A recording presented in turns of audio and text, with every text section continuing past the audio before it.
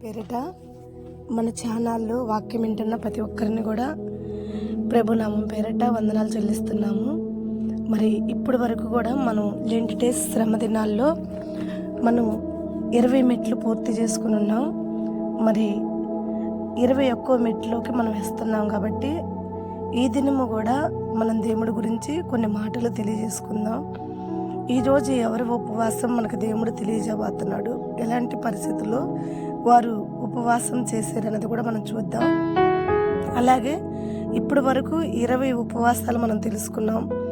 ఒకటి యేసు ప్రభు గురించి, మరి నవాహు ఊళ్ళో రక్షింపబడుట, మోషే దేవుడి చిత్తం తెలుసుకున్నట, ఇశ్రాయేల్ ప్రజల గురించి, ఇలా మనం 20 ఉపవాసాలు పూర్తి చేసుకుని ఉన్నాం. మరి ఆ 20 ఉపవాసాలు వచ్చేసి ఒక్కొక్క వీడియో 20 నిమిషాలు 30 నిమిషాలు సమయాన్ని బట్టి చేసాం. మరి మనకి రోజులు దగ్గరగా ఉన్నాయి, లెంట్ డేస్ పూర్తి అయిపోవస్తుంది. కాబట్టి దయచేసి చాలా తక్కువ టైంలో, మరి చాలా తక్కువగా షార్ట్లో మీకు ఈ వాక్య మెసేజ్ చెప్పాల్సి వస్తుంది. మరి ఎందుకంటే మిగతా 40 మెట్లు మనం ఎక్కాలి. కాబట్టి మొత్తం 40 మెట్లు మనం ఎక్కాలి.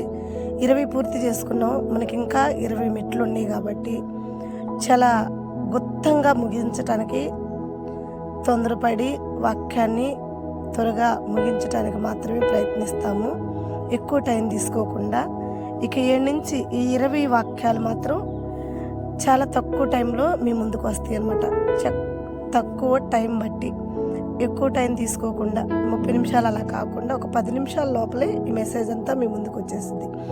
మరి ఈరోజు మనం చూసుకుంటున్న మరొక ఉపవాస ప్రార్థన ఎవరిది అంటే, ఇది కూడా దావీదుది.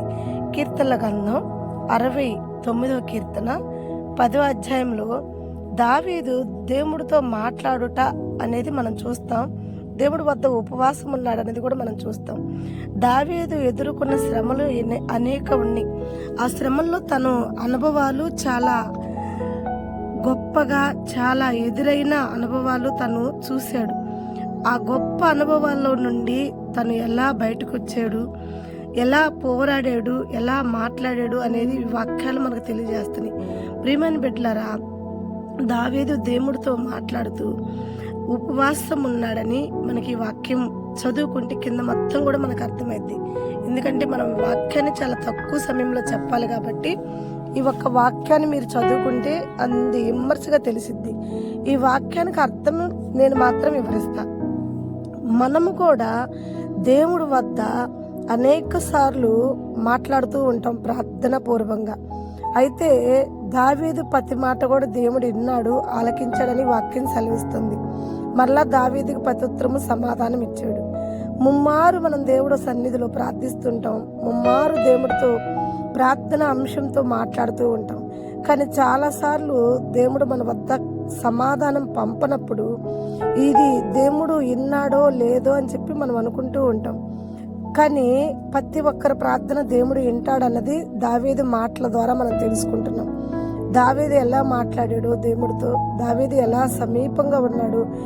నిన్న మనం దావీదు వాక్యం చూసినప్పుడు పోరాడుతున్నాడు దేవుడితో అనుకున్నాం, కానీ ఈరోజు మాట్లాడుతున్నాడు అని మనం అనుకుంటున్నాం. కాబట్టి ప్రతి ఒక్కరు కూడా దేవుడితో మాట్లాడేటప్పుడు దావీదు వలె మన మాటలు కూడా దేవుడు వినాలని ప్రార్థన చేయండి. దావీదుకు సమాధానం ఇచ్చిన దేవుడు మనకి సమాధానం ఇవ్వాలని ప్రార్థన చేయండి. దావీదు ఉపవాసం ఉండి కన్నీరు విరిచి దేవుడితో మాట్లాడగలిగాడు.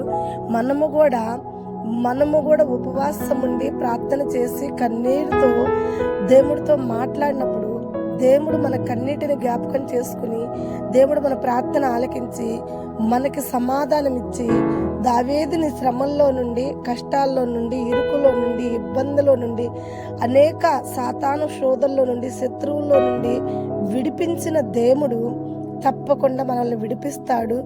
నమ్మి దావీదు వలె మనం కూడా ఉపవాసం ఉండి ప్రార్థన చేసి దేవుడితో మాట్లాడదాం. ఈ ఒక 21వ మెట్టు నమ్మి దేవుడి వద్ద ఉపవాసం ఉండి మనం ప్రార్థన చేసి దేవుడితో మాట్లాడితే దేవుడు మరలా మన ప్రార్థన ఆలకించి రిటర్న్ మనతో మాట్లాడి మనకు సమాధానం ఇస్తాడన్నదే ఈరోజు వాక్యం. నమ్మిన వారందరూ కూడా తప్పకుండా ప్రార్థన చేసుకోండి.